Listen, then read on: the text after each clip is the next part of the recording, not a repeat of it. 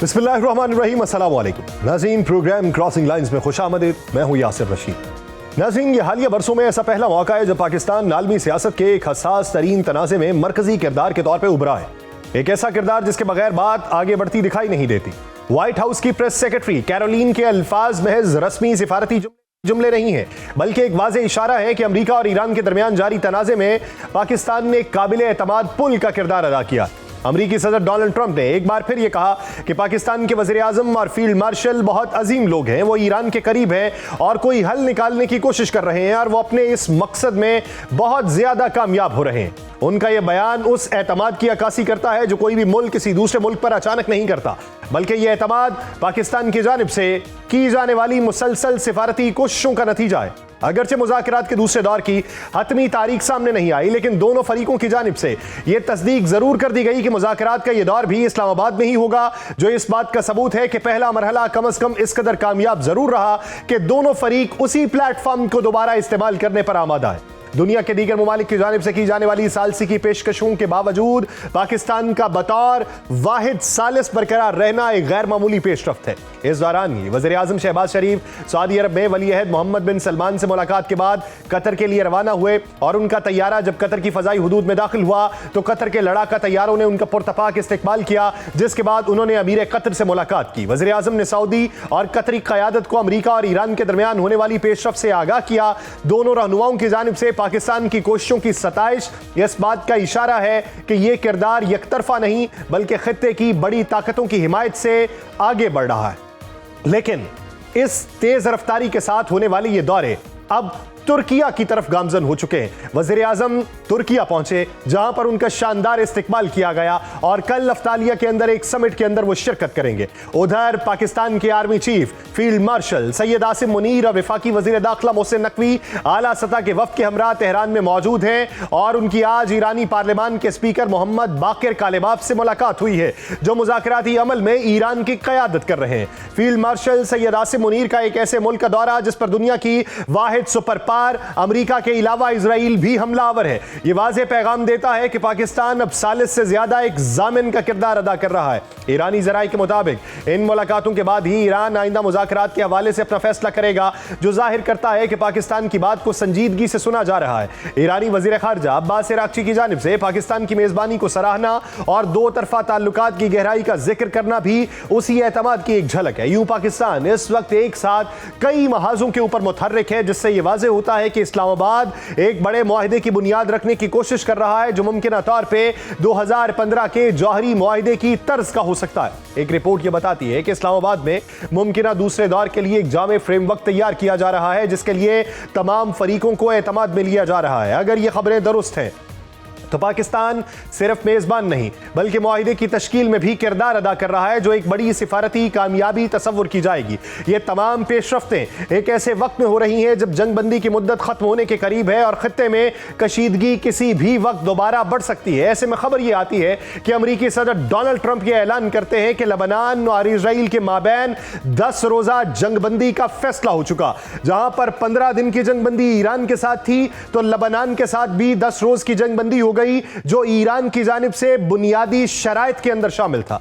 ऐसे में पाकिस्तान की कोशिश है कि अमेरिका और ईरान को एक बार फिर मुज़ाकरात की मेज पर बिठाया जाए और किसी मुस्तकिल हल की तरफ बढ़ा जाए। इस दौरान अमेरिकी क़यादत की जानिब से एक बार फिर धमकी आमेज बयानात भी दिए गए। अमेरिकी वज़ीर जंग पीट हेग्सेथ ने कहा कि ईरान ने अगर मुआहिदा न किया तो अमेरिका जंगी कार्रवाइयां करने के लिए तैयार है। उन्होंने यह भी कहा कि अमेरिका यह यकीनी बनाएगा कि ईरान के पास जौहरी हथियार न हो। अमेरिका के chairman joint chief of staff general Dan can ने कहा कि पीर से ईरान की बहरी नाकाबंदी जारी है, जो दुनिया के तमाम जहाजों पर लागू होगी। यूं अमेरिका मुज़ाकरात के दूसरे दौर से कबल एक बार फिर ईरान पर दबाव बढ़ाकर ईरान को अपनी शराइत पर मुआहिदा करने पर मजबूर करता दिखाई दे रहा है। अमेरिकी क़यादत की इन धमकियों के साथ ही मुज़ाकराती अमल भी जारी है और दोनों मुल्क ही जंगबंदी बरकरार रखना चाहते हैं। ईरान अपने मुतालिबात पर कायम है, जिनमें एक अहम मुतालिबा यह है कि उसके मुंजमद असासे बहाल किए जाएं, जंगी नुकसानात का हर्जाना अदा किया जाए। ईरान का कहना है कि उसके नुकसानात का इब्तदाई तखमीना तकरीबन 270 अरब डॉलर तक पहुंच चुका है और उसमें मजीद इजाफा भी मुतवक्के है। लेकिन उससे भी ज्यादा पेचीदा मसला ईरान के वो असासे हैं जो गुज़श्ता 4 दहाइयों से दुनिया के मुख्तलिफ हिस्सों में मुंजमद है। इस कहानी का आगाज 1979 के इस्लामी इनकलाब के फौरन बाद हुआ, जब उस वक्त अमेरिकी सदर जिमी कार्टर ने एक एग्जीक्यूटिव ऑर्डर के जरिए ईरान के तकरीबन $8 अरब के असासे मुंजमद कर दिए। ये इकदाम सिर्फ एक वक्ती सियासी रद्द-ए-अमल नहीं बल्कि उसने एक ऐसे सिलसिले की बुनियाद रखी जो आने वाले बरसों में मजीद सख्त होता गया। इब्तदाई पाबंदियों के बाद आलमी मालियाती निजाम में ईरान की रसाई महदूद होती चली गई। बड़े बैनुल-अक़वामी बैंक्स ने ईरानी इदारों से ताल्लुकात मुनक़ता कर लिए। तवानाई और सनती शोबों में सरगर्म आलमी कंपनीज ने ईरान से अपने मंसूबे समेट लिए। उसके नतीजे में न सिर्फ सरमाया मुंजमद हुआ बल्कि तरक्याती मंसूबे भी ताअत्तुल का शिकार हो गए, जिसके असरात ईरानी मईशत पे तवील अरसे तक मुरतब होते रहे। 1981 के अलजज़ायर मुआहदे के तहत अगरचे कुछ पेशरफ्त हुई और ईरान को तकरीबन $3.6 अरब वापस मिले, लेकिन यह बहाली महदूद और मशरूत थी। बाकी रकूम मुख्तलिफ कानूनी दावों और तनाज़ात की नजर हो गई, जिनकी निगरानी के लिए दी हेग में ईरान अमेरिका क्लेमेटिस ट्रिब्यूनल कायम किया गया और उस क्लेम्स ट्रिब्यूनल में आज भी मामलात जो है वो ज़ेर गौर है। इससे वाज़ेह होता है कि मसला सिर्फ माली नहीं बल्कि कानूनी पेचीदगी से भी जुड़ा है। वक्त के साथ साथ मुंजमद असासों की मालियत के बारे में मुख्तलिफ अंदाज़े सामने आते रहे, लेकिन कोई हतमी सरकारी एदाद-ओ-शुमार मौजूद नहीं। 2015 में जौहरी मुआहदे के बाद पहली बार ये उम्मीद पैदा हुई कि मुआहदा हल की तरफ बढ़ सकता है। उस वक्त अमेरिकी सदर बराक ओबामा ने इब्तदाई तौर पर इन असासों की मालियत तकरीबन $100 अरब बताई, लेकिन बाद में इसे कम करके $50 से $60 अरब के करीब करार दिया गया। दूसरी जानिब ईरानी हुकाम के अंदाजे इससे बहुत ज्यादा मुख्तलिफ है, जो इस मामले की गैर शफाफियत को जाहिर करते हैं। जौहरी मुआहदे के नतीजे में ईरान को कुछ माली रिलीफ जरूर मिला और वह तकरीबन $50 से $60 अरब तक रसाई हासिल करने में कामयाब हुआ, लेकिन यह सहूलत ज्यादा देर बरकरार न रही। 2018 में अमेरिका की जानिब से मुआहदे से यकतरफा दस्तबरदारी और नई पाबंदियों के नफाज ने एक बार फिर सूरत हाल को इब्तदाई मकाम पर ला खड़ा किया और कई असासे दोबारा मुंजमद हो गए। हालिया बरसों में इस वक्त नुमाया पेशरफ्त हुई जब 2023 में जनूबी कोरिया में मौजूद ईरान के तकरीबन $6 अरब कतर मुंतकिल किए गए, लेकिन उनके इस्तेमाल के हवाले से सख्त शराइत आयद की गई। यह रकम सिर्फ इंसानी हमदर्दी की बुनियाद पर अशिया की खरीदारी के लिए इस्तेमाल हो सकती थी और हर लेन देन के लिए अमरीकी मंजूरी जरूरी थी। यूं यह रकम बज़ाहिर ईरान के लिए दस्तयाब होने के बावजूद मुकम्मल तौर पर उसके कंट्रोल में नहीं थी। उसके बाद अक्टूबर 2024 में खित्ते में कशीदगी के दोबारा बढ़ने के साथ ही ये फंड्स भी उस वक्त अमलन गैर फाल हो गए जब अमेरिका ने कतर को ईरान के इन फंड्स तक रसाई महदूद करने की हिदायत कर दी। इस पेशरफ्त ने ईरानी क़यादत के उस मौक़िफ़ को मजीद मजबूत किया कि अमेरिका पर एतमाद करना मुश्किल है, क्योंकि माजी में किए गए वादे बार बार तब्दील होते रहे। ईरानी वज़ीर ख़ारजा अब्बास इराक़ची ने हालिया बयानात में उसी नुक्ते पर जोर दिया कि एतमाद साजी महज बयानात से मुमकिन नहीं बल्कि उसके लिए अमली इक़दामात ज़रूरी हैं। उनके मुताबिक मुंजमद असासों की बहाली कोई रियायत नहीं बल्कि ईरान का बुनियादी हक है, और जब तक इस हवाले से कोई पेशरफ्त नहीं होती मुज़ाकरात में हकीकी कामयाबी की तवक्को नहीं की जा सकती। यह मुतालिबा बज़ाहिर माली नौइयत का दिखाई देता है, लेकिन इसके सियासी और नफ्सियाती असरात भी हैं। मुंजमद असासों की बहाली दरअसल ईरान के लिए अपनी खुद मुख्तारी और आलमी हैसियत की बहाली का मामला है। इसी तरह जंगी नुकसानात का अजाला सिर्फ मईशत की बहाली नहीं बल्कि एक तरह की बैनुल-अक़वामी तस्लीम शुदा जिम्मेदारी को पूरा करने का मुतालिबा है। इस्लामाबाद में होने वाली हालिया सिफारती कोशिशें इसी पेचीदा पस मंजर में आगे बढ़ रही हैं, जहां हर फरीक अपने मफादात के साथ साथ माजी के तजर्बात को भी सामने रख रहा है। ईरान के लिए ये मुज़ाकरात महज एक मुआहिदा नहीं बल्कि 4 दहाइयों पर मुहीत एक कशीदगी का मुमकिना मोड़ है, जबकि अमेरिका के लिए ये एक ऐसा इम्तिहान है जिसमें उसे अपने वादों की साख को साबित करना होगा। यूं बज़ाहिर ये सवाल कि ईरान के मुंजमद असासों की मालियत क्या है, ये महज एक अददी बहस नहीं बल्कि एक तवील सियासी, मुआशी और सिफारती तारीख का खुलासा है। एक ऐसी तारीख जिसका हल अब भी मुज़ाकरात की मेज पर ज़ेर बहस है, मगर जिसकी पेचीदगियों ने इसे दुनिया के मुश्किल तरीन तनाज़ात में शामिल कर दिया है। आबनाए हरमुज़ इस पूरे मंजरनामे में नुमाया रही। पहले तो ईरान ने यह गुजरगाह बंद की, जिसके बाद अमेरिका ने इस पूरे इलाके की नाकाबंदी कर दी। सदर ट्रंप अगरचे नाकाबंदी खत्म करने का ऐलान कर चुके हैं, लेकिन आबनाए हरमुज़ में आमदोरफ्त अब भी ना होने के बराबर है और अमरीकी नाकाबंदी बरकरार है। चीन ने इस पूरी सूरत हाल में मोहतात लेकिन वाज़ेह मौक़िफ़ अपनाया। चीनी वज़ीर ख़ारजा वांग यी ने अपने ईरानी हममनसब अब्बास इराक़ची से गुफ्तगू में इस बात पर जोर दिया कि आबनाए हरमुज़ को खुला रखना आलमी बरादरी का मुत्तफ़िक़ का मुतालिबा है। उन्होंने ईरान की खुद मुख्तारी और सलामती के एहतराम की बात करते हुए यह वाज़ेह किया कि बैनुल-अक़वामी जहाज़रानी की आज़ादी किसी सूरत मुतासिर नहीं होनी चाहिए।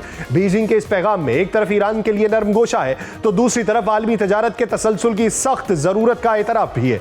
ईरान की जानिब से भी बज़ाहिर लचक का इंदिया दिया गया। अब्बास इराक़ची ने कहा कि तेहरान पुरअमन मुज़ाकरात के जरिए एक हकीकत पसंदाना हल तलाश करने के लिए तैयार है, लेकिन ईरानी क़यादत में मौजूद सख्त मौक़िफ़ रखने वाली आवाज़ें अब भी कमज़ोर नहीं पड़ी। ईरानी रहबर आला मुश्तबा खामनाई के मुशीर और पासदाराने इनकलाब के साबिक कमांडर मोहसिन रिजाई ने दो टोक अल्फाज में कहा कि ईरान आबनाए हरमुज से दस्तबरदार नहीं होगा। उन्होंने यह भी कहा कि अमेरिका तवील जंग से फरार चाहता है, जबकि ईरान इसके लिए तैयार और तजर्बाकार है। ये बयानात सिर्फ अल्फाज नहीं बल्कि एक बड़ी हिकमत अमली का हिस्सा दिखाई देते हैं, जहां ईरान एक तरफ मुज़ाकरात का दरवाजा खुला रख रहा है और दूसरी तरफ दबाव बढ़ाने के लिए स्ट्रेटेजिक मकामात पर भी अपनी गिरफ्त मजबूत रखने का इंदिया दे रहा है। दूसरी जानिब अमेरिका ने मैदान जंग के साथ साथ मुआशी महाज को भी पूरी शिद्दत से खोल दिया है। अमेरिकी वज़ीर ख़ज़ाना स्कॉट ने खबरदार किया कि ईरान पर मौशी दबाव को इस हद तक बढ़ाया जाएगा जो माली एतबार से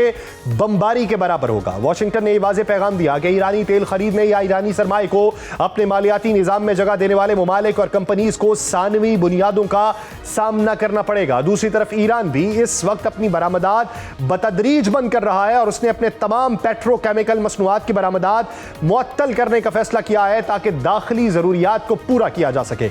रवां हफ्ते के शुरू में जब ईरान और अमेरिका के दरमियान मुज़ाकरात के दूसरे दौर के इम्कानात रोशन हुए तो आलमी मालियाती मंडियों पर भी उसके वाज़ेह असरात मुरतब हुए। अमेरिकी स्टॉक मार्केट्स ने नई बुलंदियां हासिल की, जो इस बात का इशारा है कि सरमायाकार इस बहरान को आर्जी समझ रहे हैं या कम अज कम इसके फैलाव के हवाले से पुर यकीन नहीं। इस पूरे मंजरनामे में ईरान और इसराइल ने 10 रोज़ा जंगबंदी पर इत्तफाक किया, जो पाकिस्तान के उस मौक़िफ़ की हिमायत करता है कि ईरान और अमेरिका जंगबंदी मुआहिदे में लबनान भी शामिल था। दिलचस्प बात यह है कि इजरायली वज़ीर आज़म बेंजामिन नेतन्याहू ईरान के साथ जंगबंदी के हक में नहीं थे और लबनान तो किसी गिनती में नहीं था, लेकिन उन्होंने अब यह तस्लीम किया कि अमेरिका और इजराइल के अहदाफ ईरान के हवाले से मुकम्मल तौर पर हम आहंग हैं, जिनमें ईरान के अफजूदा जौहरी मवाद की मुंतकली, उसकी अफजूदगी की सलाहियतों का खात्मा और आबनाए हरमुज में इस्तेहकाम की बहाली शामिल है।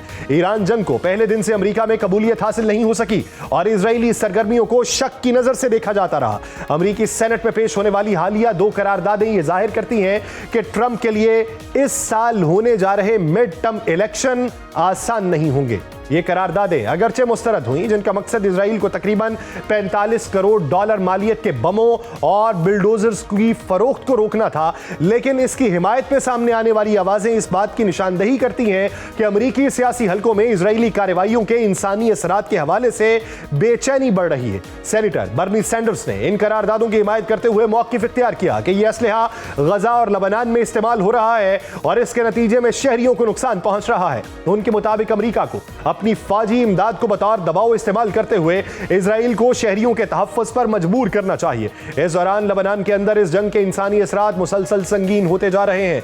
लबनानी वजारत सेहत के मुताबिक अब तक शहादतों की तादाद 2167 तक पहुंच चुकी, जबकि जख्मियों की तादाद 7061 हो चुकी है। लबनान का मामला ईरान और अमेरिका के दरमियान जारी मुज़ाकरात से अलग नहीं। यूं पाकिस्तान के लिए एक तारीखी मौका तो है ये, लेकिन एक कड़ा इम्तिहान भी, जहां हर कदम निहायत एहतियात और तवाज़ुन का मुतकाज़ी है। पाकिस्तान की सालसी की ये कोशिशें अगर कामयाब हुई तो ना सिर्फ खित्ते में कशीदगी कम होगी, बल्कि पाकिस्तान आलमी सतह पर एक मुअस्सर सालिस के तौर पर भी अपनी जगह मुस्तहकम कर सकता है और उम्मीद है कि पाकिस्तान अपने इस मिशन में कामयाब रहेगा।